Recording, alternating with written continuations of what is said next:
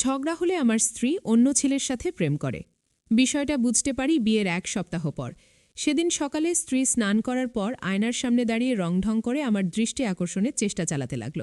যেমন ইচ্ছে করেই আঁচল ফেলে দেওয়া, সেই আঁচল মেঝে থেকে তুলতে গিয়ে আমার দিকে নেশালো দৃষ্টি নিক্ষেপ করা, এসব আমি বুঝতে পেরেও না বোঝার ভান করেছিলাম। সমস্যাটা হলো এই জায়গাতেই। স্ত্রী আমার ওপর সেই রকম ক্ষেপে গেল। ঠিকমতো কথা বলে না, কাছে আসতে চাইলে ফোড়ন কেটে অন্যদিক চলে যায়। হ্যালো বন্ধুরা, কেমন আছেন? আমি রিমা। আজ আপনাদের একটি খুব সুন্দর ভালোবাসার গল্প শোনাতে চলেছি। আশা করি আপনাদের খুব ভালো লাগবে। তো চলুন শুরু করা যাক। অফিসে গিয়ে ভাবলাম একবার কল করে সরি বলবো। কল করতে গিয়ে দেখি নাম্বার ব্লক। সোশ্যাল মিডিয়ার সব জায়গা থেকেই আমি ব্লকড। নতুন আইডি খুললাম। আইডির নাম দিলাম রাগ করে না শোনাবো। স্ত্রী রিকোয়েস্ট অ্যাকসেপ্ট করল। ধুমসে সুরের কথাবার্তা চলতে লাগল। এদিকে আমার বুকের অর্ধেকটা খসে পড়ে যাচ্ছে। রাতের ঘুম হারাম হয়ে গেল। সামান্য আদর করিনি, সেই জন্য ফেসবুকে যার তার সাথে সে প্রেমালাপ শুরু করে দিবে। দীর্ঘ 2 দিন পর 2টা আইসক্রিম, একটা লাইটিং বেলুন আর 1 প্যাকেট হাওয়াই মিঠাই দিয়ে স্ত্রীর রাগ ভাঙালাম। অবিশ্বাস্য ঘটনা ঘটল তখন। স্ত্রী আমার ফেক আইডিতে মেসেজে লিখল, এতদিন গাধা স্বামীটা আমার রাগ ভাঙায়নি জন্য আপনার সাথে কথা বলছি। এখন আমার রাগ শেষ, সো গুড বাই।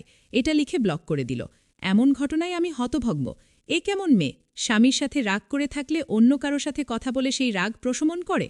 কিছুদিন বাদে আমার কলিগ রমেন বরমিল দিতে শুরু করল। বারবার আমার স্ত্রীর সম্পর্কে জিজ্ঞেস করে। মনে খটকা বাড়তে লাগল। স্ত্রী আবার আমার ওপর রাগ করে কলিগের সাথে কথা বলছে নাকি? অফিসের কাজ শেষে বাড়ি ফিরে গভীরভাবে চিন্তা করতে লাগলাম যে স্ত্রীর সাথে লাস্ট কবে কথাকাটি হয়েছে, কিংবা ও আমার ওপর রেগে আছে কিনা। অনেক ভেবে মনে পড়ল 3 দিন আগের রাতে ও আমার হাতে মাথা রেখে ঘুমাচ্ছিল।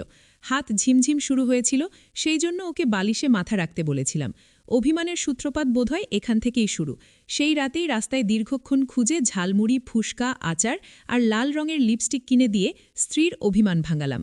রাত ভাঙিয়ে শুয়ে ঘুমের ভান করে চোখ বন্ধ করে রইলাম। স্ত্রী আমার বুকে মাথা রেখে আচার খাচ্ছে। খাওয়া শেষে মেসেঞ্জারে ঢুকে সেই কলিগকে ব্লক করে দিল। ওর কর্মকাণ্ড দেখে হাসিও পাচ্ছে, রাগও হচ্ছে। আমার সাথে অভিমান হলে অন্য ছেলের সাথে কথা বলে অভিমান ভাঙালেই তাকে ব্লক। মেয়েটা নিতান্তই বাচ্চা। তবে রাগ হলেও উপায় নেই। 15 বছর বয়সী মেয়েকে বিয়ে করেছি। পাগলামি তো সহ্য করতেই হবে। তবে চালাক আমিও কম না। একজনের থেকে 250 টাকা দিয়ে 100টা আইডি কিনে নিলাম। সবগুলো আইডি দিয়ে স্ত্রীকে রিকোয়েস্টও পাঠিয়ে রাখলাম। এখন অভিমান হলেও আমার যে কোনো একটা ফেক আইডির রিকোয়েস্ট অ্যাকসেপ্ট করে। আমি কাজের ফাঁকে ওর সাথে ফেক আইডিতে কথা বলি। মজাই লাগে বিষয়টা। 2-3 দিন পর চকলেট, ঝালমুড়ি, ফুল এসব দিয়ে রাগ ভাঙাই। রাগ ভাঙার সঙ্গে সঙ্গে ও ফেক আইডি ব্লক করে দেয়।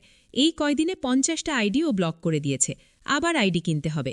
ঘরের অভিমান ঘরের লোকের সাথেই মেটাচ্ছে মেয়েটা। অপেক্ষায় আছি কবে ও বড় হবে।